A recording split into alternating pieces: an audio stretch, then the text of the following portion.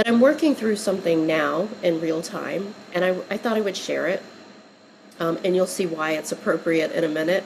Um, but I wanted to share kind of what my process is for working through a place of constriction, a place of fear. And so the thing that I'm working through currently is the fear of being seen, the fear of being visible. And as I sit with this fear, what I notice, if I characterize it, is that it only happens in certain circumstances. I don't have the fear of being seen if I'm working with somebody one-to-one. But when it comes to groups, particularly in this case, within a group that I can't see, I feel a lot of constriction. Now, this again has been going on for years, and the reason that I'm kind of working through it and the reason I'm sharing this is that I feel that a lot of us are going to be coming up against these places where we have this constriction and this fear, and it's holding us back. It's creating a stuckness. And so for years, I've been told by many people and spirit that I needed to be online. I needed to be doing videos and sharing information. And every time I was like, no, I'm not doing that. Okay, so now I've characterized the fear, right? When does it happen? When does it not happen? So if I look at when it happens and I try to understand what might be going on there, I think that there's an element here that is very interesting. And so if I'm working one-to-one and I'm always gauging the response from the other, and I don't think that that's unique to having a fear of visibility. I think that that's a very human thing that we do. As we're speaking to someone, we're kind of gauging how they're receiving the information, because it gives us information about, are we being clear? Is what I'm saying understood, so that we can adapt. Now, if I'm in a group, that's a lot of stimulus that's coming back, a lot of information that I'm having to sort through. And I think that I'm finding that challenging. So why do we do that? Okay, so there is an element here of integrity, right?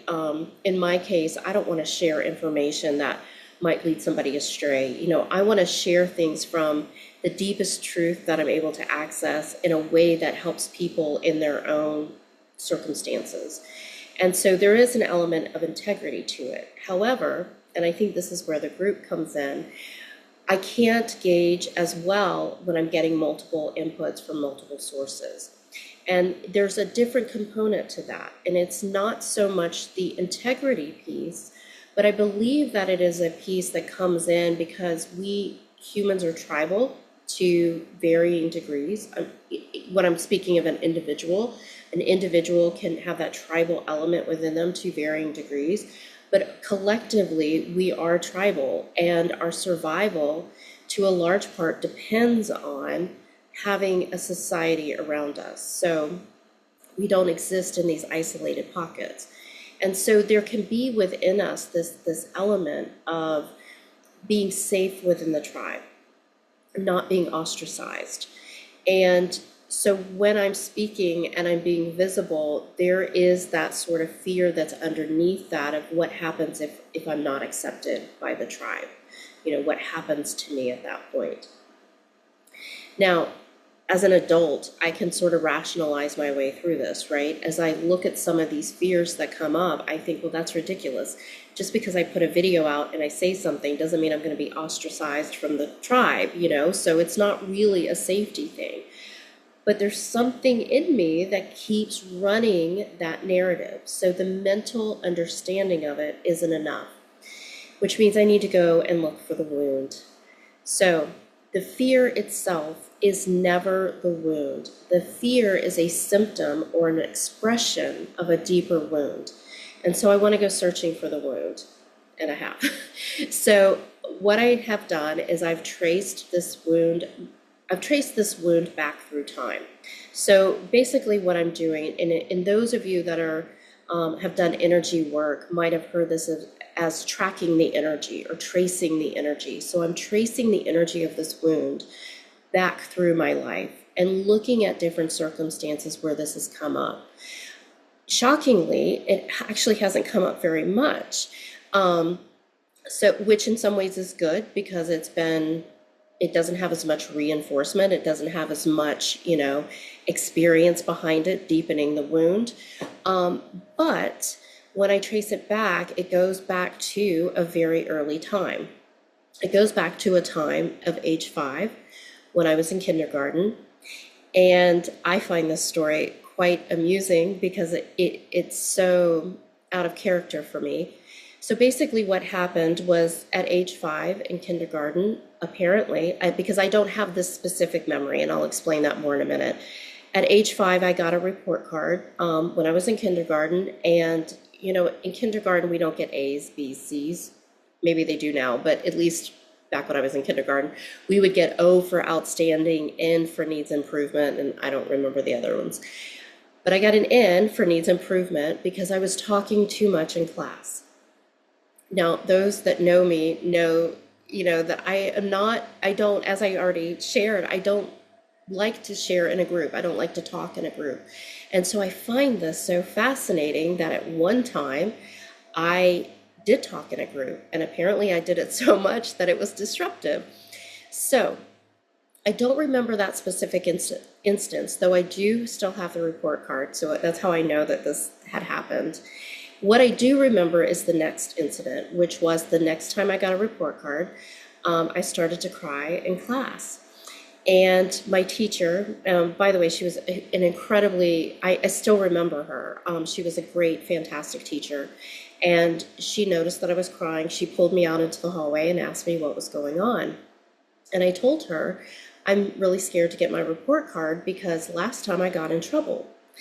And I remember her just being like rather gobsmacked that I had gotten in trouble for my report card, but at any rate, she was just very compassionate and said, you know what, I'm not really supposed to do this, but I'm gonna go get your report card. I want you to see what's on it so that you won't be scared.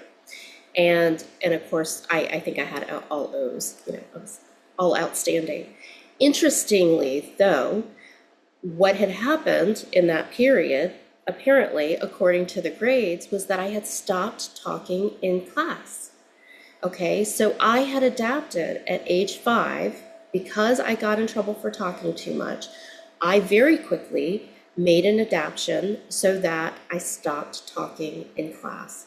And that is a wound that I have carried forward to this day, and I am still working on. So when we're looking at fear, we want to go back. First of all, we want to look at the fear and characterize it, right? And we want to sort of understand, when does it express and when does it not? And kind of you can go ahead and step through that mental process of, okay, this is rather ridiculous. Like, there's no real danger here. Okay, so we do want to do that mental component, but then we want to take that deeper and find the original wound if we can get back to it. Now, sometimes it might be pre-verbal, it might be pre-memory. And in that case, you just work with the closest one that you can to try to understand what happened. Okay, the next step that I've done is I've talked with the little 5-year-old me, so inner child work. In some ways, this is also akin to soul retrieval in shamanic processes of going back to that place, back to that time, back into that memory, and meeting with the version of us that existed at that time, and having a conversation. So now we're talking as an adult who has more experience in the world, and we're speaking to the child. And so the conversation, I won't go through the conversation that I had with that child, but what I will say is that I came up with a plan in conjunction with this smaller version of me that allowed me to start taking small actionable steps. So when we're working with the inner child as children and truly as adults, we don't just break through. Okay, it's like we have this idea that I just need to break through the fear and it's all in one go. It's not all in one go. We have to deconstruct the wall and create the opening. And we do that first through starting to understand what's happening. So we're starting to deconstruct that wound that has formed a protective, defensive barrier for survival. And we start to deconstruct that. We create the opening, and then we go through the opening one step at a time. And in taking that action, that is really how we integrate the wound. So the reason I'm doing this video is because this is my one small step to kind of integrating this wound. I have the mental understanding, I've had the experienced and re-experienced what happened to me as a child. I've worked with that material, but now I have to put it into place, and that is integration. If you have been in this world of this realm of healing, inner work, on a spiritual path, you might have come across this idea that 20% of the work is the experience, 80% is the integration. So this process that I've explained is only 20%. It's the 80% of action of putting it into place. Now that 80% comprises many small little steps that step us forward through that doorway, from on one side being wounded, on the other side being integrated and whole. Okay. So my question to you is, what is a fear that's coming up for you? As you characterize that fear and mentally understand it, then going beneath that, what is the wound, and how far back, how early can you trace that wound, and what happened? And then once you do that and you sit with the child, what is one step that you and that version of you at that time, that child, what is one step that both of you can make hand in hand through to the other side?